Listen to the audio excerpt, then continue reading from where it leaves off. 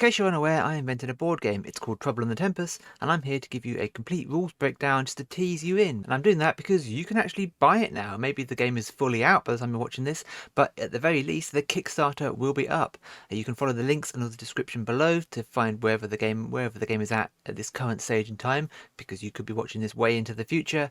But yeah, you can find the game in the links below. Please do back us and give us some love if you're at the start of the Kickstarter campaign. Ignore how unironed my shirt is.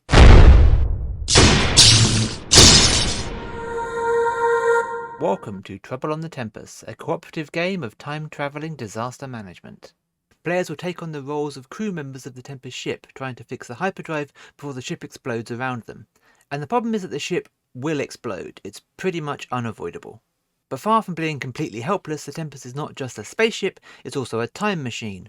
After the most recent crisis, the ship's science team have managed to rig a localised time loop, shifting key members of the crew outside of the normal flow of time, allowing them to jump back to the beginning of the game when things get too much, resetting the board to its starting state and allowing the players to use their knowledge of the future and the equipment they have gathered to try and tackle the problems afresh. During setup, the board will be seeded with a selection of equipment, and all locations on the main ship will receive a random number token.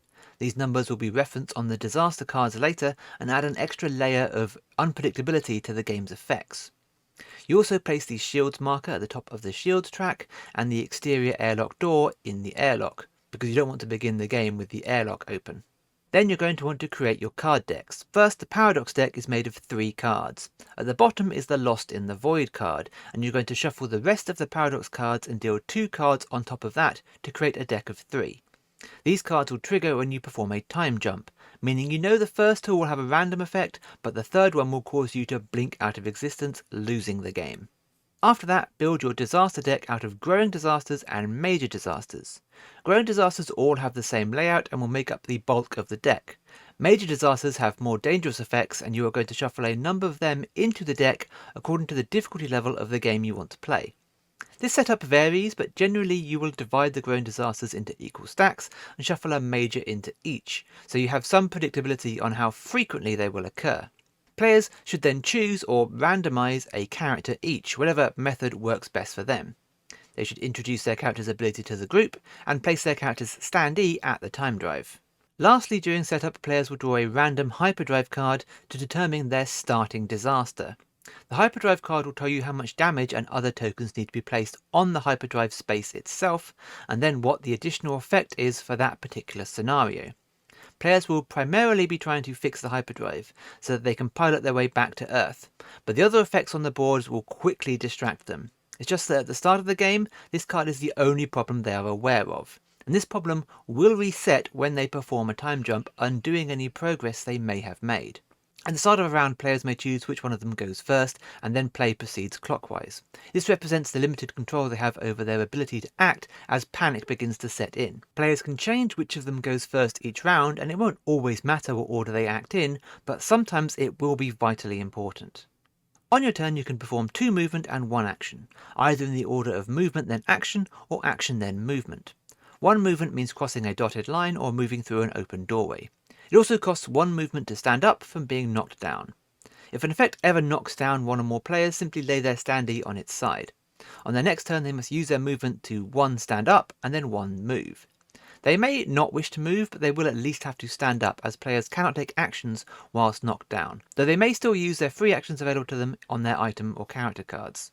The movement to action dynamic is important, as a knocked down player must stand to perform an action, but cannot then move away, as your turn is either action then movement or movement then action.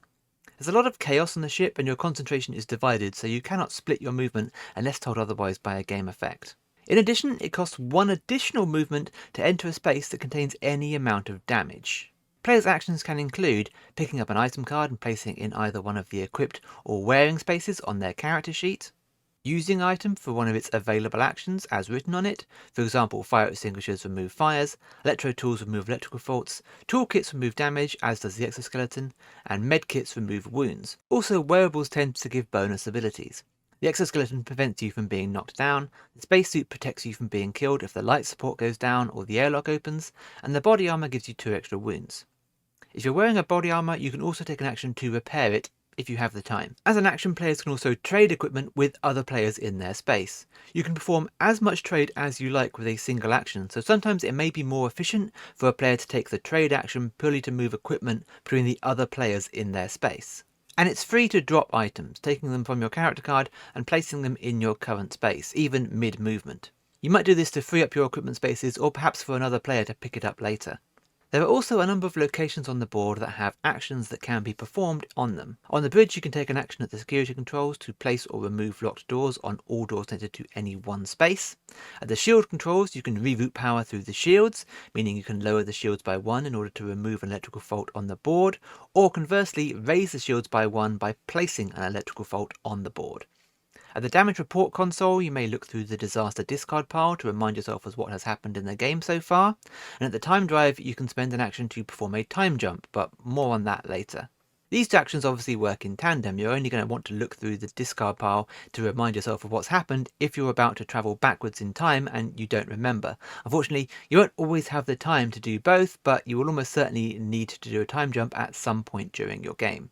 On the ship itself, players can use the security room to place or to move up to 3 locked doors anywhere on the ship, which is a more flexible version of the security controls. In the sick bay, they can heal all of their wounds.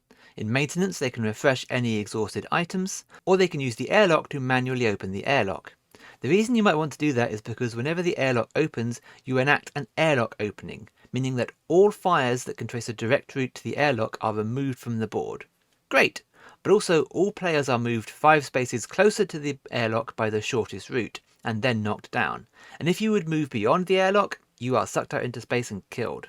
And whilst the airlock is open, players will continually be moved towards it each round. It's an ongoing effect. I also mentioned that the maintenance room can be used to refresh item cards. Item cards in the player's position can be used as much as they like for their actions, unless stated otherwise, but they also have exhaust abilities on them. These will usually prevent relevant effects from being placed in your space. For example, you can exhaust a fire extinguisher to stop a fire from being placed in your current space. This means you can prevent wounds to yourself, but also potentially stop a disaster before it happens without having to spend an action. When you must exhaust a card, you can either tap it sideways or turn it over, whatever is easiest for you, as long as it is clear that the card cannot be used anymore for any of its purposes. Once the players have completed all their turns, they must move on to the consequences phase, where the disasters still on the board will have knock-on effects. First of all, the players must check all locations on the board with a red marker. Red markers generally trigger when a space has 3 or more damage on them and can potentially end the game. In order, check the following. If the fuel cells has 3 damage, the ship explodes and you lose the game. If the shield generator has 3 damage, lower the shields by 1. And if the shields ever reach the end of the track, the ship explodes and you lose the game. If the life support has 3 damage on it, the life support shuts down and all players take 1 wound. And if all players are dead at the same time, you lose the game. If the airlock has 3 damage on it, the airlock breaks open and an airlock opening is immediately enacted, again moving all players 5 spaces closer to the airlock by the shortest route, and if you all get sucked out into space, you lose the game. If the game has not been ended by any of these effects, all fires on the board place 1 damage, and if there are 3 or more electrical faults on the board, the shields lower by 1. Again, hoping it doesn't get to the bottom. Oh, an important side note, if you ever have to place a token and you discover that you have run out and thus cannot place it, the ship explodes and you lose the game. After all this, players move on to the disaster phase. They will draw the top card of the disaster deck and enact its effects. Disaster cards come in 2 flavours, growing disasters and major disasters. Major disasters have 1 large effect on them that will likely place multiple disasters on the board and have a knock-on of some sort.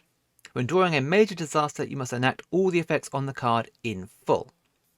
Growing disasters have multiple effects on them that are affected by the player count. When you draw a growing disaster, you must start at the top of the card and enact every effect up to and including the effect next to your player count. This represents the ship straining under the activity of the players. The more players, the more strain. The other thing you will find in the disaster deck is paradox cards. Paradox cards are added during a time jump, and when a paradox card is exposed on the top of the deck, you know that it will occur during the next disaster phase. But it will happen in addition to a disaster card, not instead of. And like with the disaster tokens, if you ever need to draw a disaster card and the deck has run out, the ship explodes and you lose the game. Now you've heard a lot about losing the game so far, so you're probably wondering how on earth do you win? Your first objective is to fix the hyperdrive. When the hyperdrive has no disaster tokens in it, you can flip the hyperdrive card face down. This indicates that the hyperdrive is working and the game can now be won. Whilst the hyperdrive card is face down, players must activate key locations on the bridge. They must spend an action at the security controls to send a distress call, an action at the shield controls to reinforce the shields, and lastly, an action at the flight controls to launch themselves back to Earth and safety. It doesn't matter if the ship is mostly on fire, as long as you can get back to base, you'll be okay. But what sets our game apart, of course, is the time travel. So let's look at how that works. Any player at the time drive can use an action to enact a time jump. All player standees are returned to the time drive space, but they get to keep the equipment they have gathered, depending on the difficulty level of the game. The board will then be reset, all disaster tokens and locked doors removed, and setup essentially performed again. The exterior airlock door replaced if it was removed, and fresh equipment seeded about the board, giving the players additional copies of equipment that they can now pick up. Players will add a Paradox card from the Paradox deck to the top of the Disaster deck, and return the Disaster discard pile to the top of the deck in the same order without changing it or looking at it. If the players have time before activating the time drive, they can use the damage report console to look through the discard pile, but otherwise they will just have to do their best to remember them. Paradox cards are totally random game effects. They may even prove useful in their own way, but above all, they will not obey the established logic of the game. Adding them into the deck during a time jump means that in future time loops, paradoxes will occur at the point in the game that the players time jumped away from. And remember that the third paradox will cause the players to blink out of existence, so once they have added that card to the deck, they will be on a ticking clock to win the game before it is drawn. There's a lot of nuances I haven't covered. It's important to read your character's ability out loud to the group and make sure you understand it, as it will greatly impact how you play. You should also read the details on how the item cards work so you don't miss anything. They aren't much more complicated than I've already described them, but you should probably know what they all do before you try to figure out which ones you need to pick up. Some important rules not mentioned: each of the disaster effects has their own stipulation. I already mentioned that it costs 1 additional movement to move into a space that contains any amount of damage. On top of that, you cannot take actions in spaces that are on fire other than to put out the fire, and electrical faults block the blue actions on the board from being taken. Spaces can contain any number of damage or electrical faults. However, when you place a second electrical fault in a space, it also starts a fire. Subsequent electrical faults do not start fires, just the second one. Fires, however, are different. A space cannot contain more than 2 fires. But when you place a second fire in a space, it will spread into every adjacent space. And if that spread causes you to place a second fire in one of those spaces, then that fire will also spread, and so on, and so on, and so on. A fire spreading can chain for as long as it needs to, and could indeed set the entire ship on fire with one single fire placement. Also locked doors, which prevent player movement but also block adjacency, which is useful for stopping the spread of fires or the extra damage caused by an explosion. Locked doors do not block cards, however, that refer to connected rooms. Rooms are still connected even if the door there is locked. On top of all that, anytime any of these 3 disaster tokens are placed in your character's space, you take 1 wound per token placed, which could very easily kill you, as a lot of characters can only take 2 wounds before they are eliminated. But as mentioned during the time jump, when you time jump, all players' standees are returned to the time drive, including dead players. Unfortunately, if your character dies, you do lose all of your equipment, but all player characters must be alive to win the game, so if one of you is dead, then the other players have no choice but to perform a time jump at some point. In addition to placing disaster tokens on the board, disaster cards may cause doors to lock or unlock. They may cause players to fall down, may cause players to drop or break equipment. They can even just cause the shields to lower from the general wear and tear of the ship, so you can never quite be sure what's going to happen. Time jumping allows the players to attempt to win the game again with all the added knowledge of the future that they have, plus all the equipment that they've picked up. It's not completely foolproof, but you will be surprised by how much difference that little bit of knowledge makes. Board state may look completely different on your second playthrough just from a tiny little bit of preemptive action. That's basically the game. The game comes with a handful of hyperdrive cards for different setup scenarios, and the randomization of the numbers at the start, along with the cards referencing the numbers rather than locations, creates a lot of variability.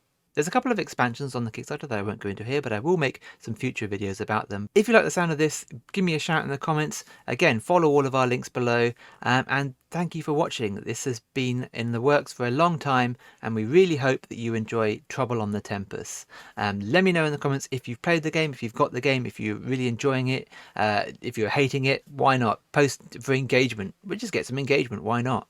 Hopefully that was helpful. It's given you either a helpful primer to how to play, or just a helpful teaser to make you want to play. If I miss anything, then I apologize, but thank you for watching once more, and I will see you hopefully in future videos. That's me for now. The end.